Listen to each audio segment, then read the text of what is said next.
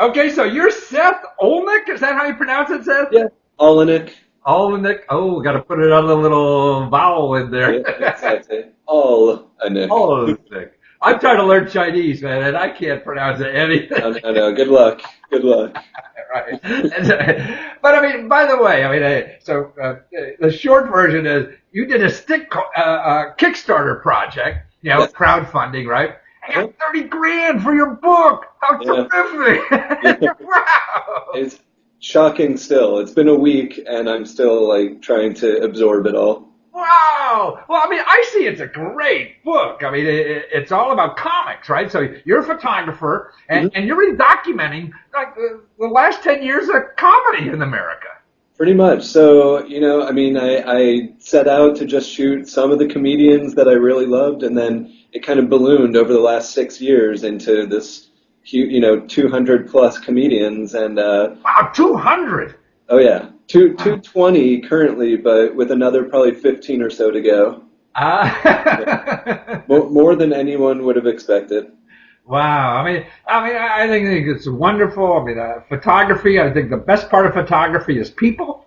I mean, doing people.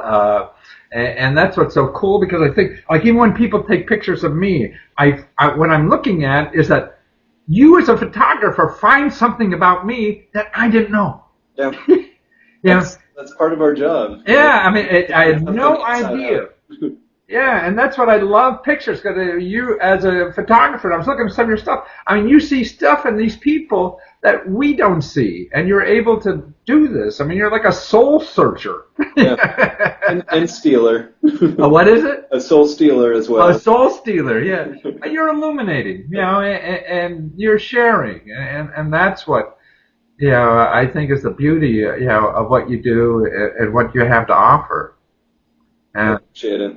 So now what I'm really trying to do is get other people to do what you did. So if you're maybe not a famous photographer or like you are, because you do magazines and stuff like that, a project, to do Kickstarter. I mean, that's what's so neat about Kickstarter. Anybody, where else would you have gotten 30 grand to do this? Yeah. Yeah, nowhere. Nowhere, can I see? Neat.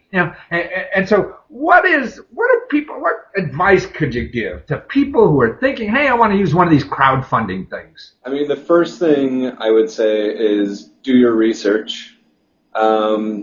Do a lot of research, figure out what other people have done that's similar to what you want to do. And actually, one of the big problems for me originally was just kind of mentally getting past that first step of Like what? actually doing it. Like, you see other people doing Kickstarter projects, and you're like, oh, well, they probably have experience doing these I things. see. Like, I'm not as good as they are. What are you, Yeah. Jewish or something? Or what?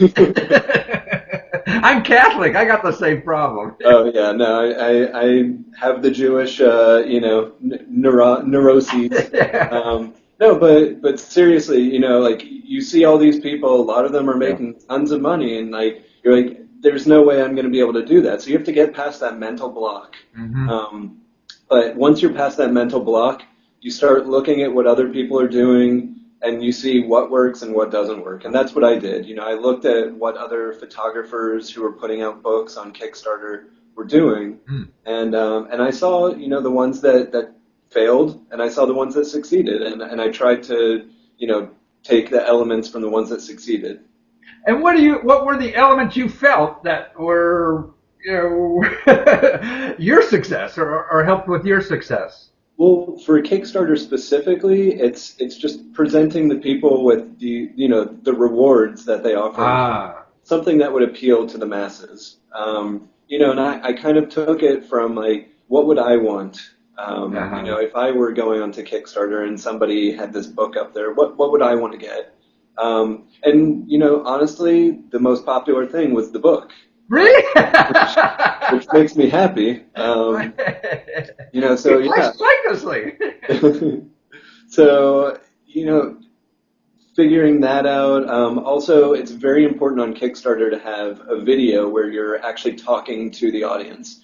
And, I read through they have this whole like Kickstarter school thing on their website. So you look at things, they give you advice, And so I took their advice. I did the video. I spoke to the people. I was very honest about what I was looking for, what I was doing, why I had to come to Kickstarter. And it's basically because every publisher pretty much turned me down.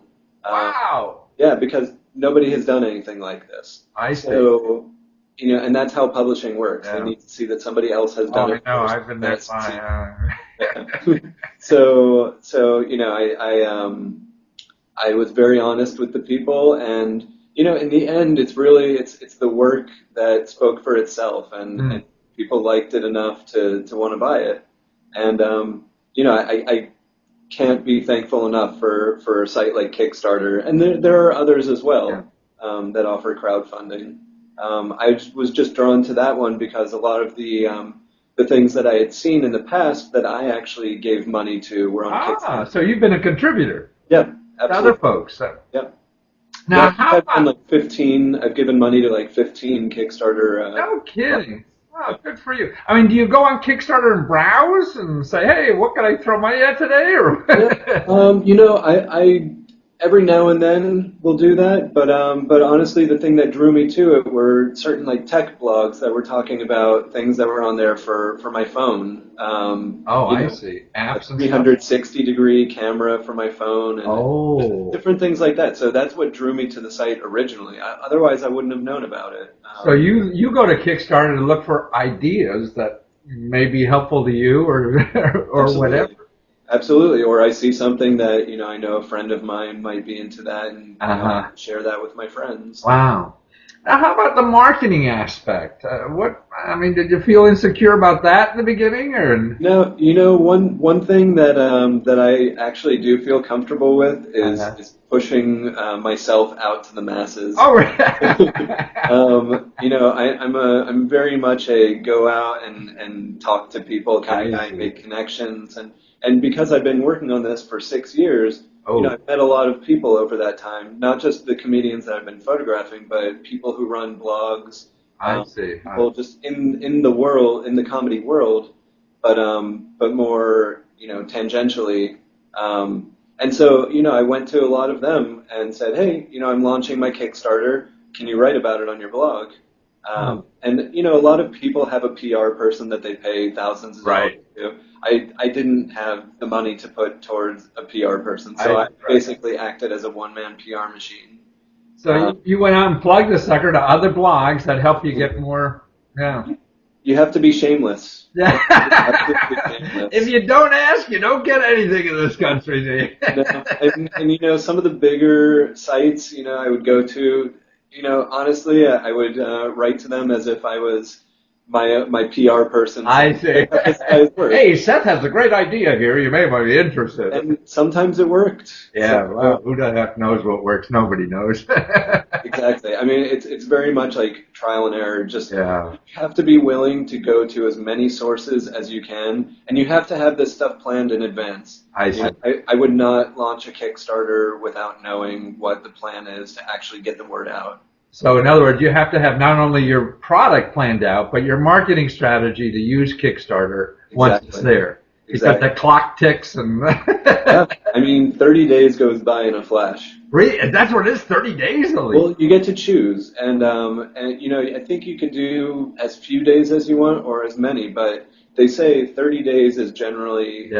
Because it's not so long that people see it and then they're like, I'll do it later. 30 days and then they forget about it. But it's also not so short that I wouldn't have time to go out and let enough people know.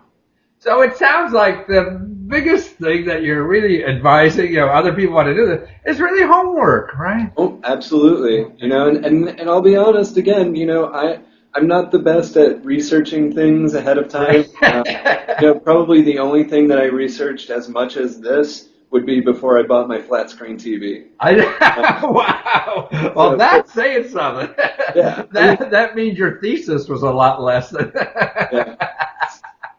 Some people are looking for $250 on Kickstarter. Some are looking for $1,000. When you're looking for $30,000, for me, that's one of the biggest things in my life so far. Like as far as huge. I mean, just think if you're on what's that site? Kiva, is that it for third world country? Or you could feed a village of it. Yeah, absolutely.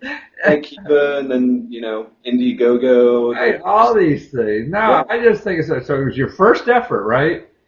And you had no experience doing this thing. And you were embarrassed to ask for help kind of person. Well, not really. I did know somebody who had just finished their something. They were doing a documentary, and they just finished a successful Kickstarter. I see. And so I did go to him, and I asked, what advice. I actually showed it to him before I even launched my. I see. Right. Well, I mean, I don't mean that kind of help in your community. I mean, the getting public, money, getting money, the begging, things your mother said not to do. Exactly. Yeah. Don't That's ask. what I'm taking over. Sort of like in our country, at least for me, all the things that make me more or less popular when I was a lot on TV were things my parents told me never to do in public. Right. Well, things change over the years. And, they say don't talk about politics or religion at the dinner table. Right. What's the most talked about thing at the dinner table? Well, Seth, you're a joy, and the book looks terrific. I love comics, and I'm sure this whole country does. And I'm sure now some publisher, when you become successful, they're going to be saying, God damn, I knew I should have done that. Exactly. And that right there was the... That's the cherry on top, hopefully. Absolutely. All of life is that. Well, thank you again for sharing. Thanks a lot, Matthew. Take care.